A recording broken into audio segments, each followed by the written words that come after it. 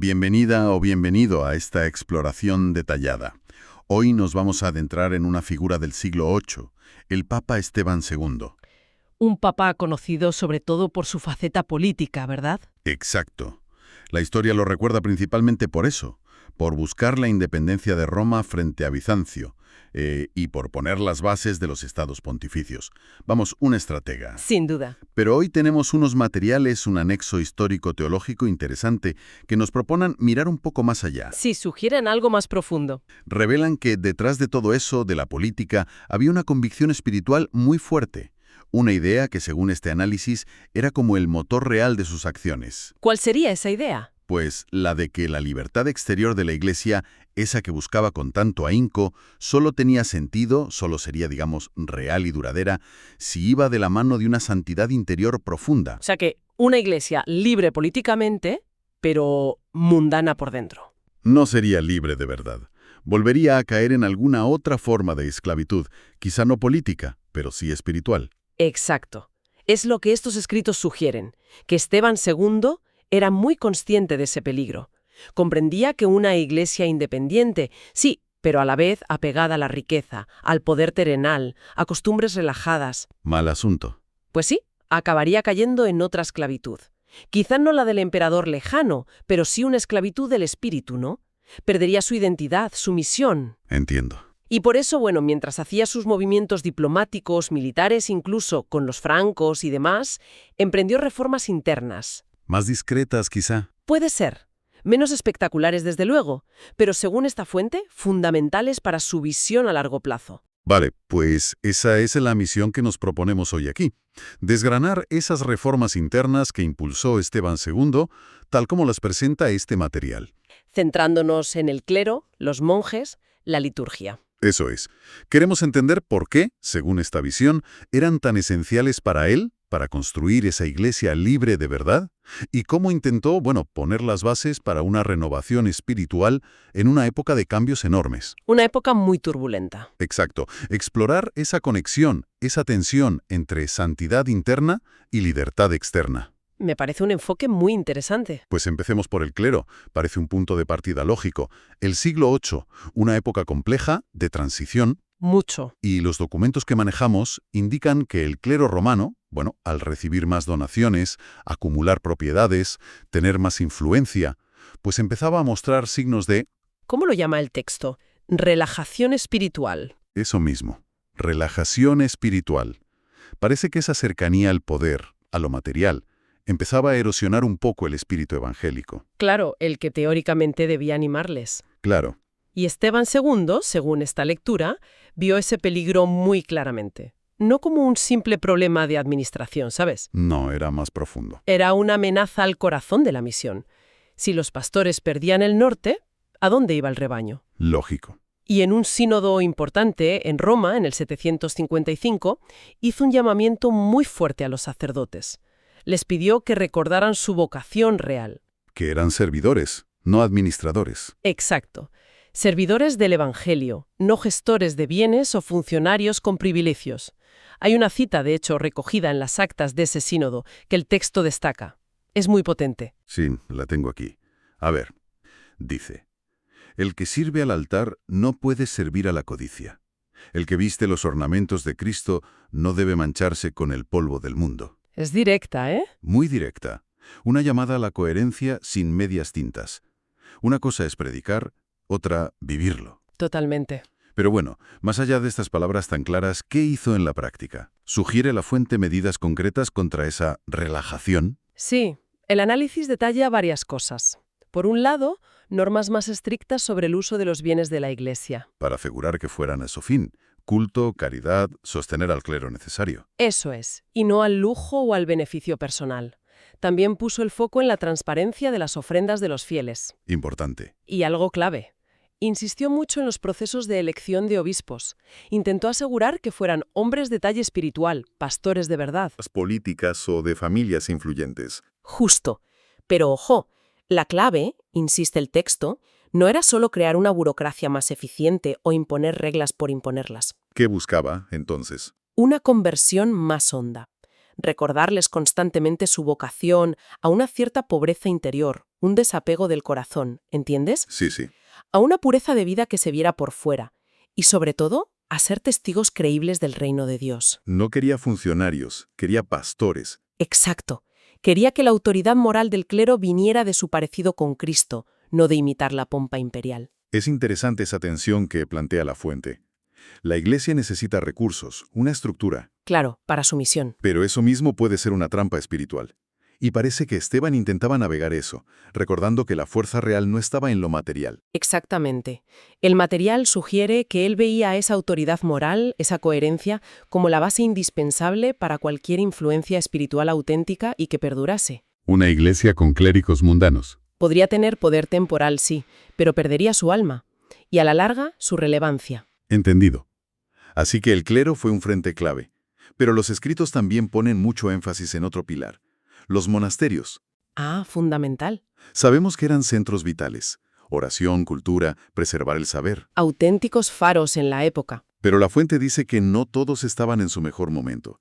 Algunos sufrían de decadencia disciplinar, lo llama. Sí, y que la regla de San Benito, la norma de vida para la mayoría en Occidente, El equilibrio entre oración, trabajo, estudio. pues que a veces se aplicaba con... Bastante laxitud. Ya veo. Y Esteban II, a quien el texto presenta como un gran admirador de San Benito. El padre del monacato occidental. Ese mismo. Pues veía en la vida monástica algo absolutamente crucial. Lo consideraba el corazón contemplativo de la Iglesia. El corazón. Buena imagen. Estaba convencido de que si ese corazón latía débil, si la oración y la disciplina decaían ahí, todo el cuerpo de la Iglesia se resentiría. Tenía sentido. Por eso impulsó con mucha energía su renovación.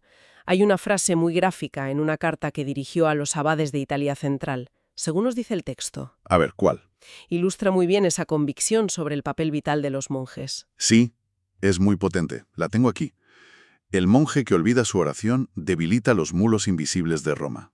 Impactante, ¿verdad? Desde luego. No habla de las murallas físicas, claro. No. Habla de la defensa espiritual, de la fortaleza interior de la Iglesia. Con esa visión tan clara, ¿cómo actuó? Menciona el documento ejemplos de su apoyo a los monasterios. Sí, detalla cómo promovió la restauración y el apoyo a monasterios clave. Sitios que igual pasaban dificultades o habían perdido vigor. ¿Cómo cuál es? Menciona explícitamente Subiaco, la cuna benedictina, Farfa, otro centro importante, y por supuesto, Monte Cassino, Monte Cassino, claro, importantísimo. que había sufrido destrucciones. Exacto. Y no era solo apoyo material, ¿eh? Era una insistencia constante en volver a la observancia fiel de la regla, a ese equilibrio del ora el labora. Reza y trabaja. Oración litúrgica, personal, estudio de las escrituras, de los padres y el trabajo manual. Todo en armonía. Y según este análisis, ¿cuál era el efecto de esta renovación? Pues lo que resulta fascinante es cómo Esteban II parece haber elevado la percepción del rol del monacato. No era solo una opción piadosa individual, Sino algo para toda la Iglesia. una fuerza espiritual al servicio de toda la comunidad cristiana. Estos monasterios revitalizados, dice la fuente, se consolidaron como faros. ¿En qué sentido? Eran centros de hospitalidad para peregrinos, refugio para necesitados, lugares cruciales donde se copiaban manuscritos a mano, Clave para preservar el saber clásico y cristiano. fundamental en esa época de inestabilidad y pérdida cultural. Además, formaban al clero secular y ayudaban a los pobres de la zona. O sea, un impacto muy concreto. Muy concreto. Por eso, esta revitalización monástica fue, según nuestro material, esencial para mantener encendida la llama de la fe y preservar núcleos de cultura en Occidente en los siglos siguientes. Es notable cómo los presenta la fuente, no como islas aisladas, sino como motores espirituales y culturales que bombeaban vida. Esa es la imagen. Una fuerza silenciosa pero vital. Su salud era indispensable para la salud de toda la Iglesia y, en cierto modo, de la sociedad que se estaba formando. Muy bien, hemos visto clero y monjes, y la expresión pública de la fe, la liturgia, ¿cómo encaja en este panorama de renovación interna? También fue un punto clave para Esteban II. El texto dice que continuó el trabajo de predecesores, pero quizás con un énfasis en unificar y reforzar la identidad propia de la liturgia romana. Exacto. El contexto era delicado. Había influencias litúrgicas de los francos al norte. Y las tensiones con la tradición bizantina al este. Claro, existía un riesgo de fragmentación, de que se perdiera la identidad propia del culto romano. ¿Y qué hizo él? Pues, según este análisis, su acción se centró en asegurar la fidelidad a la tradición apostólica, tal como se custodiaba en Roma, consolidar una identidad litúrgica claramente romana. ¿Cómo? Ordenó revisar y difundir libros litúrgicos clave. El documento menciona el Sacramentarium Gregorianum. La colección de oraciones para la misa, atribuida a Gregorio Magno. Eso es. El objetivo era doble: vigilar la pureza doctrinal de las oraciones Que expresaran correctamente la fe. y buscar coherencia y unidad en la forma de celebrar en las iglesias bajo influencia romana. También se fijó en la música sacra. El canto. Sí.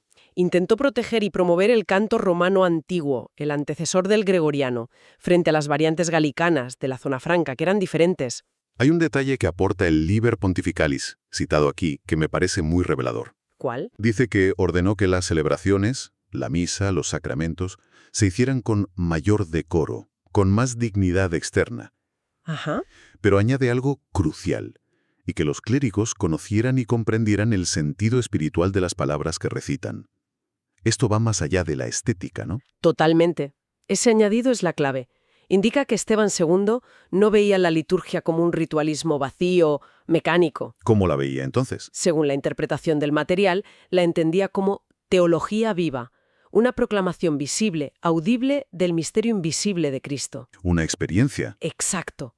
Su objetivo al pedir decoro y comprensión era devolver la liturgia a su centro, ser un lugar de encuentro del alma con Dios. Un encuentro personal y comunitario. Eso es. La idea de fondo era que el esplendor externo de los templos, la belleza de los ornamentos, todo eso carecía de valor real si no reflejaba la santidad interior de los que celebraban. Podía ser hasta contraproducente. Claro, la belleza externa debía servir a la verdad interior, a la profundidad del encuentro con Dios. Una liturgia bien celebrada y comprendida era un pilar para nutrir la fe y la identidad espiritual. Parece que para él, la forma en que la iglesia rezaba era inseparable de su salud interna y su testimonio. No era algo secundario. En absoluto. Central en su proyecto de renovación, la liturgia, en esta visión, no es un adorno, sino fuente y cumbre de la vida cristiana. Esteban II parece haber intuido su importancia capital para la vitalidad espiritual de la iglesia que quería liberar. Entendido. Entonces, si juntamos todas las piezas, clero, monjes, liturgia, ¿cuál es el hilo conductor? ¿Qué sentido teológico unitario emerge de este análisis sobre Esteban II? Pues el sentido que atraviesa todo, según la fuente, es muy claro. La purificación interior de la Iglesia era la condición indispensable, el requisito previo para su verdadera libertad exterior. La libertad duradera. Eso es. Esteban II parece haber entendido con mucha lucidez que la independencia temporal, la libertad política frente a Bizancio o los lombardos, Sí, esa libertad que tanto le costó, sí. no serviría de mucho a largo plazo si el espíritu de la Iglesia, su corazón, seguía, como dice el texto, cautivo de la mundanidad. Sí, seguía pegada al poder, a la riqueza, a costumbres relajadas. Exacto, sería una libertad ilusoria. Hay otra cita que recoge el texto de una carta al clero de Roma que es impactante. ¿La del temor? Esa, dice, la Iglesia no teme sus reinos del mundo sino a su propio pecado. Tremendo. Es que define perfectamente su programa espiritual y, por tanto, su política más profunda. Aspiraba a una Iglesia libre, No por las armas o la diplomacia. aunque las usara tácticamente, claro, sino libre por la pureza de su intención y la integridad de sus miembros, empezando por el clero y los monjes. Soñaba con una Iglesia poderosa por su testimonio, no por sus dominios. Exacto, poderosa por la fuerza contagiosa de su coherencia moral.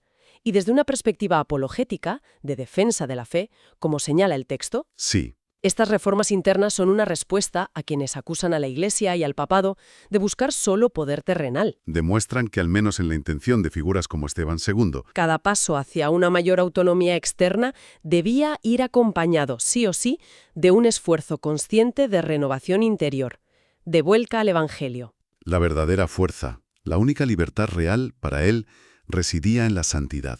En la coherencia. Esa era la clave. En resumen, este análisis nos ha llevado más allá del Esteban II estratega y diplomático, el que fundó los estados pontificios. Hemos visto otra cara. Hemos descubierto a través de esta fuente a un pastor preocupado por liberar a la Iglesia de su letargo espiritual, un líder que vio que la libertad externa sin conversión interna era una ilusión peligrosa. Por eso reformó costumbres, revitalizó la oración, buscó devolver la pureza y el sentido al culto. Exacto. Su pontificado, visto así, es un recordatorio potente de una idea central que transmite el texto. La libertad prometida por Cristo a la Iglesia no es un privilegio. Es una responsabilidad, sino por lo que posee materialmente, ni por su influencia política. Sino por su fidelidad al Evangelio, por su capacidad de reflejar la santidad de Cristo. La conclusión del análisis lo dice muy bien.